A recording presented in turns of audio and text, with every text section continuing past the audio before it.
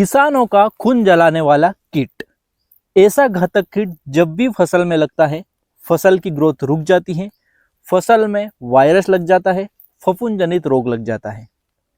मैंने इसे लहसुन में देखा है, मैंने इसे प्याज में देखा है, मैंने इसे बेल वर्गीय फसलों में देखा है, मैंने इसे मिर्च में देखा है, मैंने इसे कद्दू, तरबूज आदि प्रकार की फसलों में देखा है। यहाँ तक कि बैंगन के पत्तों की निचली सतह पर भी यह दिखता है, मिर्च की पत्तों की निचली सतह पर यह बैठता है, फलों का पत्तों का रस चूसता है, पत्तों के ऊपरी परत को छेद कर भीतर की कोशिका सामग्री को यह खाता है। यहाँ तक ही नहीं, यह कई प्रकार के पौधों में देखने को मिलता है। यहाँ तक कि दोस्तों वैज्ञानिकों द्वारा इसकी 7,000 से अधिक प्रजातियां खोजी जा चुकी हैं। इनमें सभी प्रजातियां हानिकारक नहीं होती हैं। कुछ प्रजातियां शिकारी होती हैं जो घुनों को, अन्य छोटे थ्रिप्स को खाती हैं और कुछ कवकों को खाती है। तो कुछ हानिकारक प्रजातियां कवकों को जन्म भी देती है। वीडियो में आगे बढ़ने से पहले दोस्तों अभी तक वीडियो को लाइक नहीं किया है तो वीडियो को लाइक कर दे। दोस्तों हानिकारक नुकसान पहुंचाने वाली प्रजातियों में कुछ इस प्रकार है, जैसे कि साधारण नाम एवोकेडो थ्रिप्स, बीन थ्रिप्स, जिसका दोस्तों वैज्ञानिक नाम है स्क्रूटोथ्रिप्स परसी, और यह एवोकाडो के पौधों पर देखने को मिलता है। उसी प्रकार बीन थ्रिप्स जिसका साधारण नाम है और उसी का वैज्ञानिक नाम है केलियोथ्रिप्स फेसिएटस, जो कि सेम की फलियों में आपको देखने को मिल जाएगा। साइट्रस थ्रिप्स यह भी एक प्रकार का हानिकारक थ्रिप्स है जो कि वैज्ञानिक नाम स्क्लेरोथ्रिप्स सिट्री के नाम से जाना जाता है। क्यूबा लोरेल थ्रिप्स जिसका साधारण नाम है और इसका वैज्ञानिक नाम गायनाइकोथ्रिप्स फिकोरम। उसी प्रकार से ग्रीन हाउस थ्रिप्स जिसका वैज्ञानिक नाम हेलियोथ्रिप्स हेमेरोहाइडेलिस, और यह 12मासी पौधों में देखने को आसानी से मिल जाएगा। उसी प्रकार साधारण नाम वाला मायोपोरम थ्रिप्स जो कि काले कलर का होता है, यह क्लेम्बोथ्रिप्स मायोपोरी नाम से वैज्ञानिक नाम से जाना जाता है। और प्याज का थ्रिप्स जो हमारे इधर अधिकतर देखने को मिलता है, थ्रिप्स टेबोसी जिसका वैज्ञानिक नाम है। और दोस्तों यह लहसुन, प्याज और काली मिर्च में देखने को मिलता है। वहीं दोस्तों टोयोन थ्रिप्स साधारण नाम जिसका है और वह वैज्ञानिक नाम लियोथ्रिप्स इलेक्स के नाम से जाना जाता है। उसी प्रकार हानिकारक थ्रिप्स में पश्चिमी फुल थ्रिप्स भी है जिसका वैज्ञानिक नाम फ्रेक्लिनिएला ऑक्सीडेंटलिस है, जो कि गुलाब की पौधों में देखने को मिलता है। दोस्तों जो थ्रिप्स है वो कई रंगों में दिखाई देता है, जैसे कि मायोपोरम जो थ्रिप्स है वो काले रंग का दिखाई देता है तथा लार्वा उसका सफेद से पीले रंग का और उसका जो प्यूपा है वो नारंगी रंग का होता है। तो किसान साथियों वीडियो थोड़ा बड़ा रहेगा, लेकिन ऐसी जानकारी आज तक आपने किसी वीडियो में नहीं देखी है। तो वीडियो को आप पूरा जरूर देखें ताकि आपको थ्रिप्स का जीवन चक्र अच्छे से समझ में आए, थ्रिप्स की प्रजातियां अच्छे से समझ में आए और आप उन्हें नियंत्रित कर सके। प्याज का जो थ्रिप्स है दोस्तों, जो कि थ्रिप्स टेबोसी वैज्ञानिक नाम से जाना जाता है, वो दोस्तों पीले से गहरे भूरे रंग का शरीर होता है और उसका लार्वा पीले से नारंगी रंग का होता है। जो टोयोन थ्रिप्स है दोस्तों, जो क्रिसमस और टोयोन के पौधों पर देखने को मिलता है, उसका शरीर दोस्तों काला और पीले पंख होते हैं और उनका लार्वा दोस्तों पीला होता है। एवोकेडो थ्रिप्स जिसके सिर के ऊपर 3 लाल धब्बे, हल्के पीले पेट पर खंडों को अलग करने वाली भूरी रेखाएं पाई जाती हैं और जिसका लार्वा जो हल्की पीले कलर की होती है। तो इस प्रकार से इत्यादि कलर में यह थ्रिप्स आपको देखने को मिल सकते हैं। दोस्तों इन हानिकारक थ्रिप्सों के साथ ही कुछ लाभकारी थ्रिप्स भी पाए जाते हैं जिन्हें शिकारी थ्रिप्स कहा जाता है, जो अन्य घुनों और छोटे थ्रिप्स को खाते हैं। उनमें से कुछ प्रमुख इस प्रकार हैं, जैसे कि बेंडेड विंग थ्रिप्स जिसका साधारण नाम है दोस्तों और उसी का वैज्ञानिक नाम है एओलोथ्रिप्स एसपीपी। उसका रंग दोस्तों काला शरीर होता है, काली पट्टियों वाले सफेद पंख पाए जाते हैं। उसी प्रकार से ब्लैक हंटर थ्रिप्स है जिसका साधारण नाम ब्लैक हंटर थ्रिप्स और उसी का वैज्ञानिक नाम हेप्लोथ्रिप्स माली। दोस्तों यह गहरा भूरा या पूरा काला शरीर में पाया जाता है। इसी प्रकार से दोस्तों साधारण नाम में फ्रैंकलिनोथ्रिप्स या वेस्पिफॉर्म थ्रिप्स, उसी का वैज्ञानिक नाम फ्रैंकलिनोथ्रिप्स ओरिजाबेसिन्स एफ वेस्पिफॉर्मिस। इसका कलर दोस्तों अधिकतर काला होता है और कुछ भाग सफेद वाला शरीर भी होता है।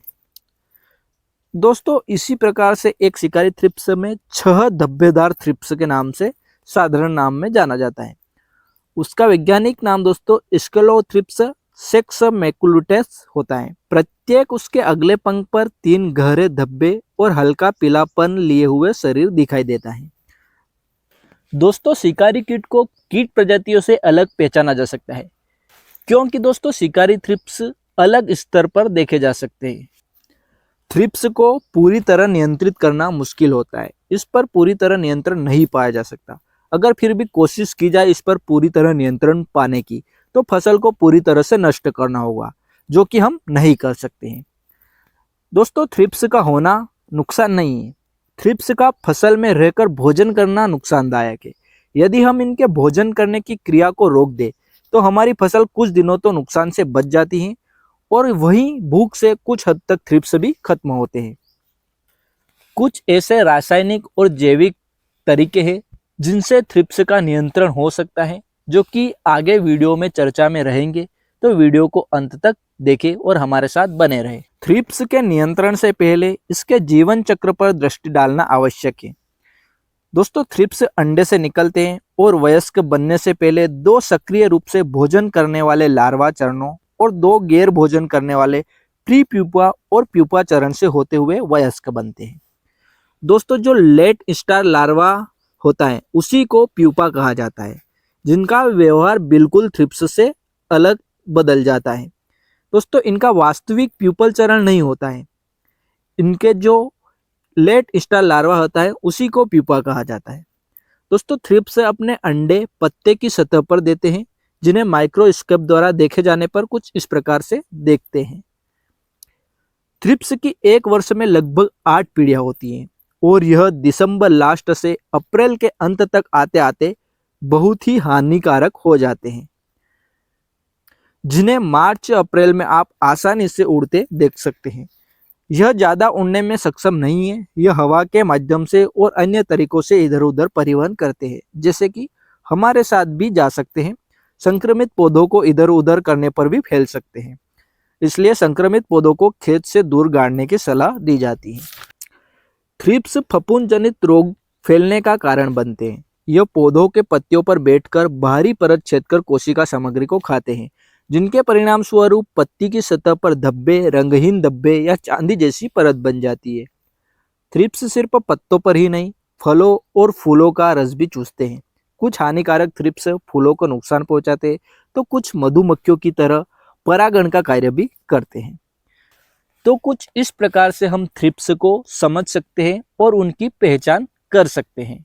अब बात आती है इनके नियंत्रण की। तो जैविक तरीकों में हमें फसल चक्र को अपनाना चाहिए। लगातार एक ही जगह थ्रिप्स अटैक वाली फसलें नहीं लगाना चाहिए। यहाँ तक ही नहीं, हमें हर फसल में फसल चक्र अपनाना चाहिए।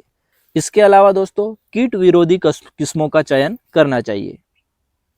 थ्रिप्स अट्रैक्ट करने वाली जो फसलें हैं उनको दूर लगाना चाहिए, दूर रखना चाहिए, और येलो ट्रैप जो आते हैं उनको हमारे खेतों में लगाना चाहिए, ताकि थ्रिप्स उनसे अट्रैक्ट होकर उन पे चिपक जाए और उनकी जनसंख्या में कमी हो। अब कुछ रासायनिक तरीके होते हैं दोस्तों जो थ्रिप्स नियंत्रण पर प्रभावी होते हैं। डायनेटोफुरोन 20% Hg फॉर्मुलेशन में आने वाला इंसेक्टिसाइड थ्रिप्स नियंत्रण में प्रभावी माना जाता है। बाइफेनथ्रिन 10% EC यह भी थ्रिप्स को नियंत्रित कर सकता है। स्पिनोटोरम टेक्निकल भी थ्रिप्स नियंत्रण में योगदान देता है। फिप्रोनिल टेक्निकल भी थ्रिप्स नियंत्रण में और अन्य रस चूसक कीटकों के नियंत्रण में योगदान प्रदान करता है।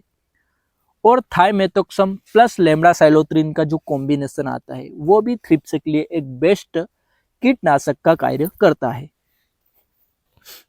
दोस्तों जो नियोकोटोनॉइड ग्रुप वाले कीटनाशक आते हैं वह भी थ्रिप्स नियंत्रण के लिए प्रभावी होते हैं। जो दोस्तों इमिडाक्लोप्रिड टेक्निकल आता है वह थ्रिप्स नियंत्रण में इतना प्रभावी नहीं होता है, परंतु मार्केट में जब भी हम जाते हैं तो हमें अधिकतर इमिडाक्लोप्रिड थ्रिप्स नियंत्रण के लिए दिया जाता है। तो हमें उनकी बजाय इस लिस्ट में जो बताए गए टेक्निकल है उनको मांगना चाहिए, ताकि हमारे थ्रिप्स पे अच्छे से नियंत्रण हो सके। थ्रिप्स से टोस्पो वायरस भी पनपता है। तो जब भी हम थ्रिप्स नियंत्रण वाले कीटनाशक का स्प्रे करते हैं, दवाइयों का स्प्रे करते हैं, तो उनके साथ में हमें एक फंगिसाइड और एंटीवायरल एंटीबैक्टीरियल उत्पाद भी मिलाकर छिड़काव करना चाहिए। जैसे कुछ फंगिसाइडों में एजेक्सोस्ट्रोबिन डाइफेनाकोनाजोल, एजेक्सोस्ट्रोबिन क्लोरोथानोलिन, मेटिराम प्लस पायराक्लोस्ट्रोबिन, मेटालैक्सिल मैनकोजेब, उन्हीं के साथ में एक एंटीवायरल एंटीबैक्टीरियल वाले उत्पाद आपको मार्केट में देखने को मिलेंगे, उनको भी मिलाकर स्प्रे करना चाहिए। तो वीडियो को यहाँ तक देखने के लिए धन्यवाद दोस्तों। इसी प्रकार से हम आगे भी जानकारी लाते रहेंगे। तो वीडियो को अभी तक भी आपने लाइक नहीं किया है तो लाइक कर दे, पहली बार हमारे चैनल पे तो सब्सक्राइब करके बेल आइकन को प्रेस कर दे, ताकि आने वाले वीडियो के नोटिफिकेशन आपको मिलते रहे।